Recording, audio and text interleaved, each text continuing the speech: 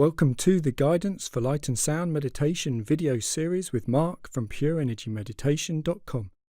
This is video number 32 of 45. Hello and welcome back. And in this video, we're going to be answering one of the big questions about lifestyle that I get asked a lot, and it becomes more and more relevant as people explore their spirituality in a deeper way. And the question is around how diet affects you as a spiritual being, as an energy being, as a human being, and also how it affects your ability to meditate. Now, the classic question is something along the lines of, do I need to be vegetarian? Do I need to be vegan? What about drink? All these things.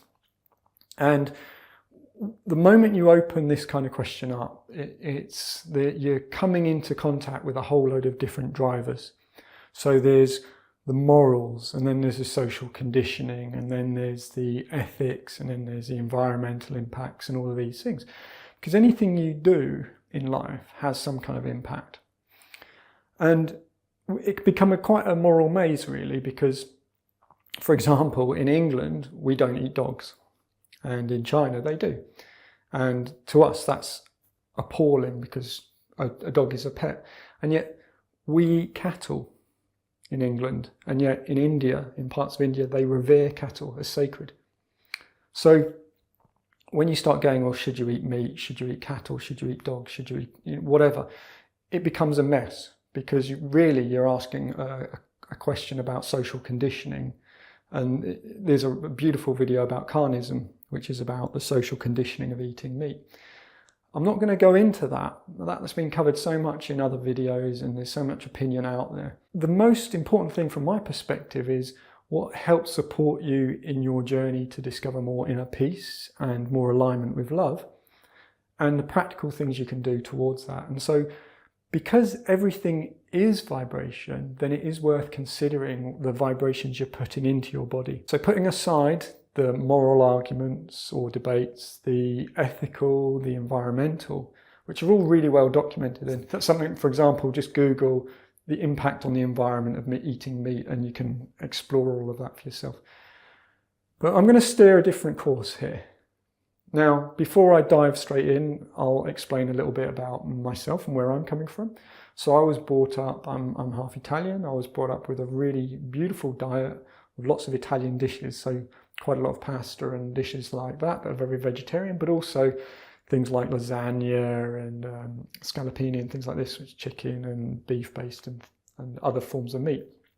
And having lived some time in Italy, you're experiencing things that maybe people in England wouldn't experience, like eating rabbit and horse and things like that as well. And that was in the past. And then when I got to about 24, I intuitively just became a vegetarian. And I was vegetarian for about 16 to 18 years. And then I became a vegan. So what I'm getting at is I can speak from a certain experience, my own experience, about the difference in my ability to meditate as I've changed from being a meat eater to being a vegetarian, to being more kind of orientated towards veganism, to being a vegan. In terms of that trajectory, I was meditating throughout. I started meditating when I was about 7. So I can see the difference that it makes. And where I'm going to share stuff with you, the bottom line is I want you to find out for yourself. We're not going to look at it, like I said, from a moral argument point of view. There's no judgment. Your journey is your journey. My journey has been my journey. The purpose of this is to answer the question, what effect does the things we put into our body have on us? And on us means on our physical body, on our emotional body, on our mental body, on our chakras, on our auras, and the ways that we can interact with these different subtle vehicles. So with the goal of stillness and love in mind, is what we're doing supporting that goal or not? And a big thing is the way that we eat. Now, the reality is most people are indoctrinated into an eating lifestyle. So if you're born into a meat-eating family, you're more likely to be a meat eater. If you're born in India, for example, where the majority of people are vegetarian, then you're more likely to be vegetarian, and so on. So it's very much an environmental thing. As we start a spiritual journey, we naturally start to explore our relationship to the environment and the relationship that the environment has on us. And so part of that is waking up to what we're doing to our bodies in terms of food. So how can we understand better the effect of food? Because I don't want to just give you a list and say, don't eat this, stay away from that, this is good. Because that borders on dogma, and being awake and spiritual has nothing to do with dogma. It has everything to do with consciousness and making choices based on your own experiences. So let me share an analogy, if you like. So I've got a crystal here. This is a chunk of rose quartz. And you'll remember from some of the other videos we've done, so if you haven't seen them already, jump on back, because we did a video on crystal meditation. We've done quite a few videos on vibration. But just to summarize, this crystal has a vibration. Its vibration is based on its crystal structure, the composition of the crystal, the color of the crystal, even the shape of the crystal. So all the different aspects, the tangible, the intangible, go towards giving this crystal a vibration. Now, a crystal isn't sentient, so it has no higher consciousness, but it does have vibration and it resonates with certain frequencies. And in the earlier video, I talked about how you can hold a crystal in your hand and you can start to experience the vibration it has and how that vibration affects your body. That's how subtle and aware our bodies actually are. We're picking up information in so many different ways. Most of the time, we're not consciously aware of it. As we start to meditate, we become much more consciously aware. And that allows us to play with crystals and to notice their vibration and to use that to resonate and open up our centers. So for example, different crystals will open up different chakras in your body, will help the flow of energy and help us to, with more ease, go into stillness. So this is a piece of crystal and it's in my hand and it's affecting my vibration. So if I replace this with a chunk of dead animal, because that's what meat is, it's a dead animal, it's a part of a dead animal. So if I had in my hand a chunk of dead cow, for example, its vibration is affecting my vibration. If I'm sensitive enough to be aware of what a crystal is doing to my vibration, and the crystal has no sentience, it has no higher consciousness, then what's the effect of holding a piece of dead animal that had higher consciousness, that had sentience? Because just as we have emotional vehicles and we have mental vehicles, animals to lesser or more extent between the different animals in the animal kingdom will have an emotional presence, and some of them will have mental functions as well. By that I mean they'll have a presence on the mental plane.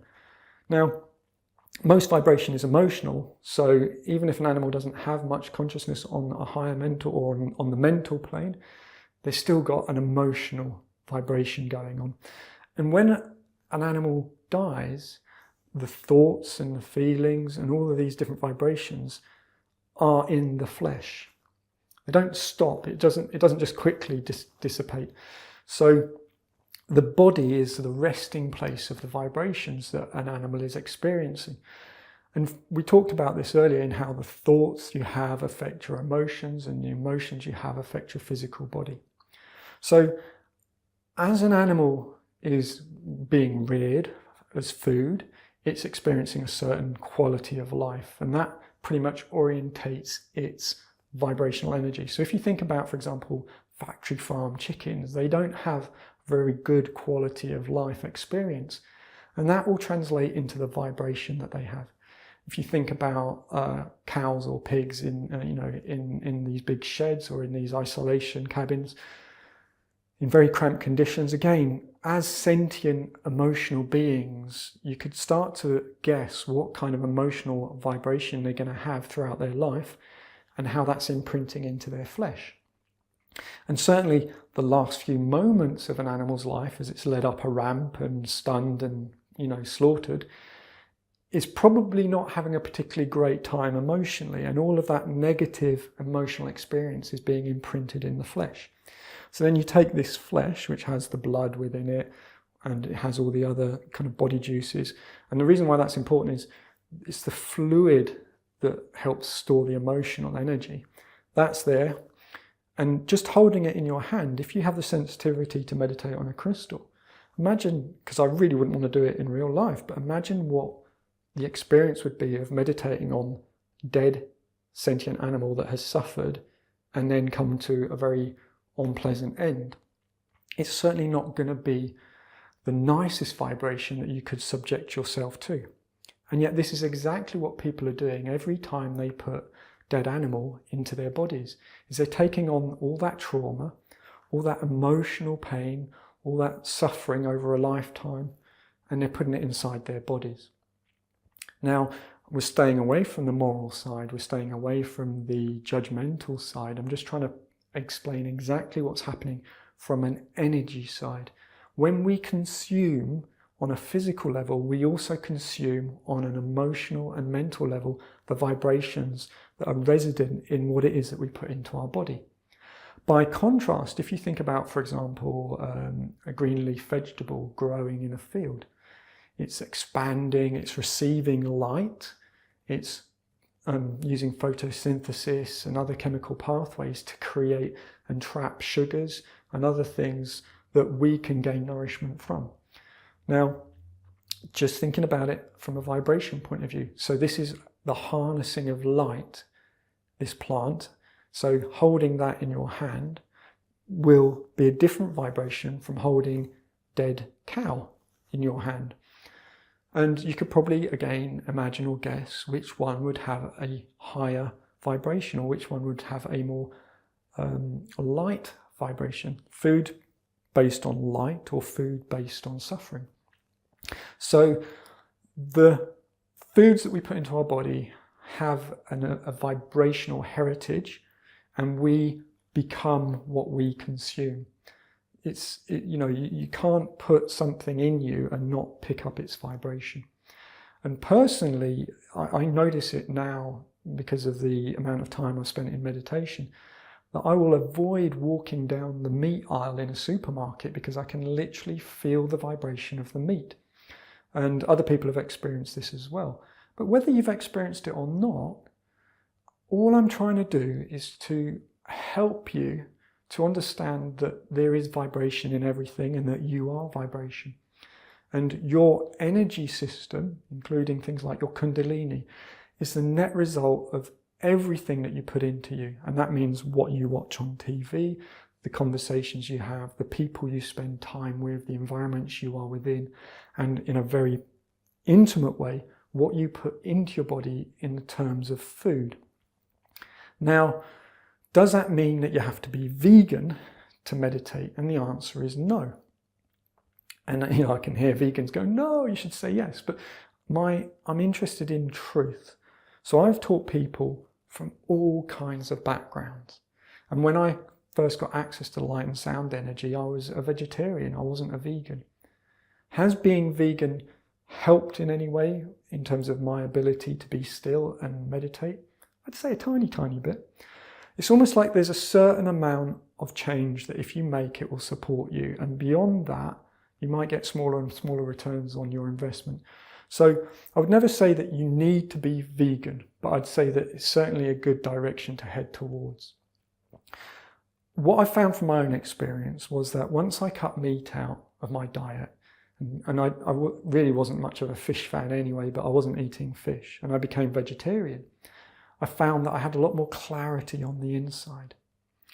I would sit, to use an analogy, it was like on the inside I was like a clear glass, whereas before it felt like almost like treacle, or it was sticky and slow and sluggish being in the space on the inside. And what I noticed as well was that, I was vegetarian, but I was eating eggs. And the more eggs I would eat, the more sluggish I would feel on the inside. So I cut eggs out, and I found that actually I found it easier to meditate. I found it easier to go inside. So people will talk about, as a vegetarian, do you drink milk? Do you eat cheese? These are quite, especially kind of heavy fermented cheeses and things like this with bacteria and stuff. Not fermented, but you know what I mean. Mature cheese, that was the word I was looking for. These are quite powerful vibrations as well, and they come from animal. And my own experience of meditation was it didn't stop me from being aware of light and sound energy, of progressing through and to make the final expansion into that state of unity. Eating a bit of cheese here and there and some dairy products didn't hold me back. Would it have been easier if I'd cut them out? Probably, but it's about finding balance. So I'm not saying you have to be vegan or you have to be vegetarian, because that's nonsense. It's nonsense in the sense that that decision has no value to you if you don't understand the vibrational reasons behind it. And your journey is your journey, and all I'm here to do is to share with you what will help you to make your own realizations. It doesn't really matter what I've realized or what anyone else has realized. That's not your realizations.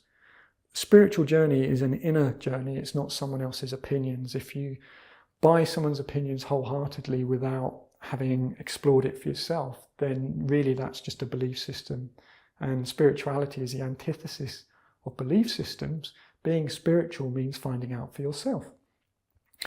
So with that in mind, hopefully we're starting to understand that meat, dead animal, has a vibration that's probably not going to help you to move towards a state of balance and harmony.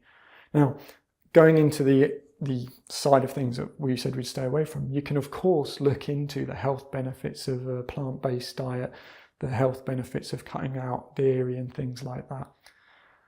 But I want you to find out for yourself. So if you are eating meat, that's fine. Some of the people I teach still eat meat, and I don't judge them for it, and I still give them the best advice I can. What they find is that if they do cut out meat, they'll have more ease at meditating. But they have to find that out for themselves, as I did and as everyone else did.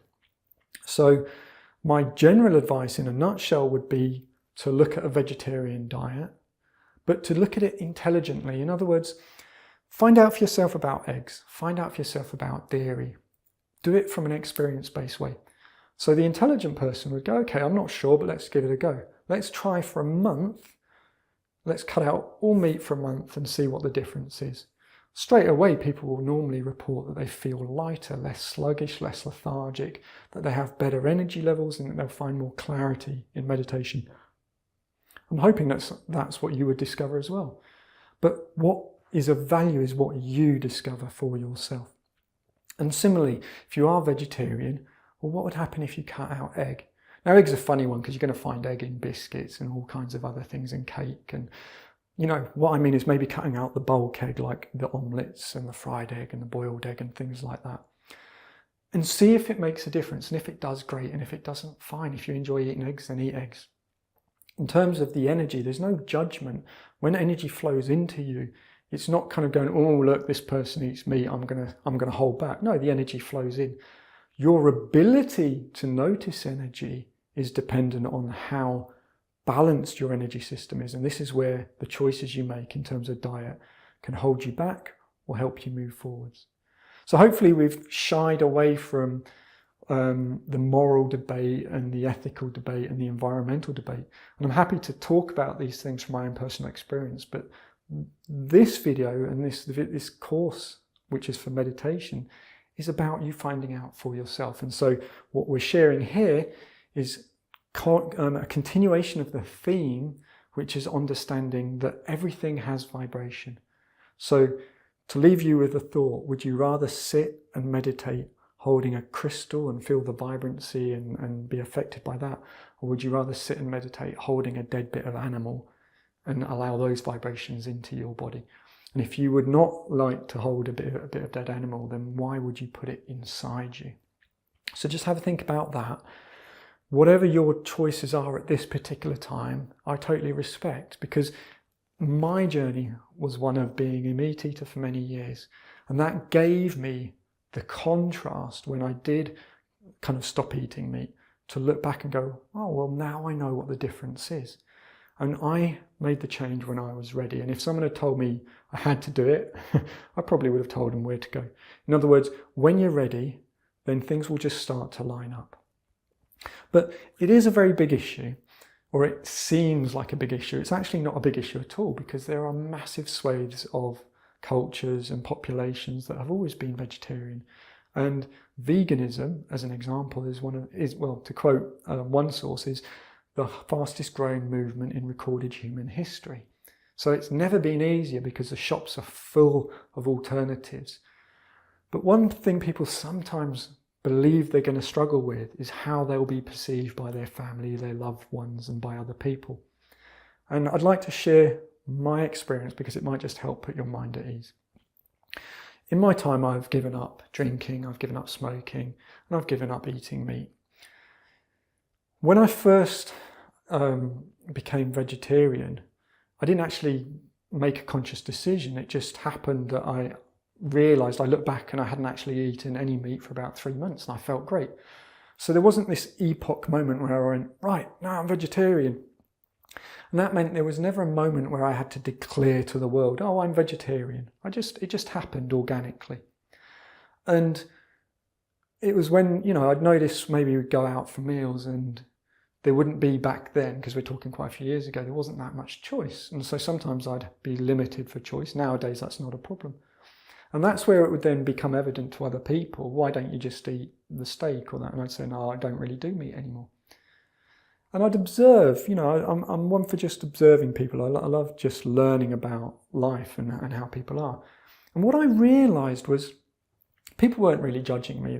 People are so busy in their own lives, they don't really have that much time. But what they do judge is if something's presented to them in a way that it seems like they're being judged, then they'll defend it. And so had I have gone, eating meat's disgusting, I'm vegetarian, waved the flag and, being aggressive about it, then I would have been directly challenging their beliefs, and in a way I would have been disrespecting their right to make a choice. Whether or not they made that choice consciously or not is another issue. So quite often the resistance that we experience from other people as a response to the choices we've made are not so much about the choices we made, it's about how that makes people reflect on their own choices. Because I think deep down people know that eating meat on all these reasons like environmentally, moralistically, health and everything, eating meat isn't the greatest thing that you could do. And it's a bit like going back 20 years when people were smoking and the evidence was starting to come out that it's not that good for you. And so people start to feel like they have to justify it and they have to defend their decision. And when you use words like defend and justify, then you get into the territory of everything is a confrontation. So if you don't make it a big deal, I just fancy eating vegetarian tonight. If you don't make it a big deal, it's not a big deal. If you make it a big deal, then you are challenging the people in your life and they will respond. Because, for example, most people realise that it's not really that great to drink, and especially to get really drunk, because it just shuts down your consciousness. So I was quite a young man when I stopped drinking, and that was that really bucked the trend of all my peers. And I saw this again, they felt quite challenged because what my decision was, on some level, people realise, well, we kind of agree with him. But I don't want to admit it because then I'd have to admit, well, why do I drink? So they defend the drinking. So I didn't make it a big deal and no one had any issues with it. Maybe the odd comment, and then it was just like, oh, well, he doesn't drink. Because people are too busy with their own lives and they're too wrapped up in their own decisions. So unless you make it a big target that people can go for, then it's not really a big deal. So sometimes I know it's a real thing for people to worry about, well, how's this going to affect my relationship with my partner or with my family and this and that. There's practicalities, like if you do become vegetarian and your partner doesn't, then you might have to change the way you cook meals. But just to play with something, every single person on the planet is vegan between meals. I know that's just a bit of fun, but actually, if you think about it, I don't actually use the word vegan that much. When people ask me, if they ask me, because they're not that interested, but if people ask me, I just say I'm a conscious eater and I make a decision on a meal by meal basis on what I want to put into my body. And generally that means I don't eat meat, I don't drink dairy, I don't consume cheese or eggs. I'm vegan. As a convenience, I use the label, but the reality is what I am is a conscious eater, and that consciousness or that awareness is based on my awareness of the vibrational outcome of what I put into my body. So I hope this helps observe, kind of understand why diet is important from an energy point of view. The final thing I'm just going to kind of share with us is looking at the bigger picture. So if you were to just zoom out and look at the whole planet, so there's millions of cattle and animals grown for our benefit across the planet, and there's millions of people, billions of people. So on a weekly basis, more animals are slaughtered than in all the world wars, than people that died in all the world wars. And that's on a weekly basis. So you could say that there's an ongoing animal kind of holocaust is one word to use.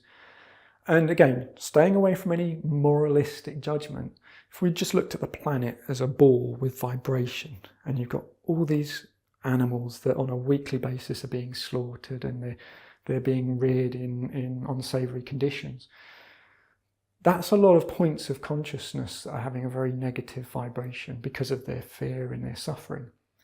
And so on a planetary scale, then choosing to contribute to that system is choosing to contribute to that net negative vibration.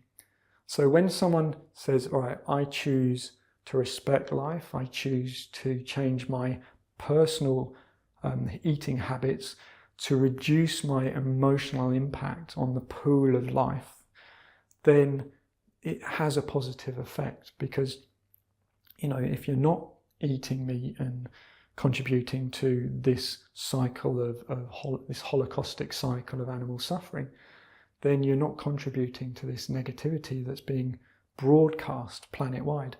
And as we kind of explored in an earlier video, we don't stand in isolation of our environment. We are our environment. So that emotional level suffering that's being broadcast by all these animals is affecting everything that operates on an emotional level. It's changing the way the planet's vibration is. So because it's about vibration, it's not a moral thing, it's not a judgmental thing. There's a vibrational argument for the planet about choosing light-based food rather than suffering-based food. And to quote, I believe it was Gandhi, so correct me if I'm wrong, but someone who was quite insightful once said that war begins on the plate. And I believe this is what they were referring to, that if you are comfortable with eating death, then you will propagate death. Now, that's quite heavy, so, you know, let's keep it light and bring it back to, you know, just the fact that all I'm really saying is be conscious in your eating habits and observe from your own experience the vibrational outcome of the choices that you make.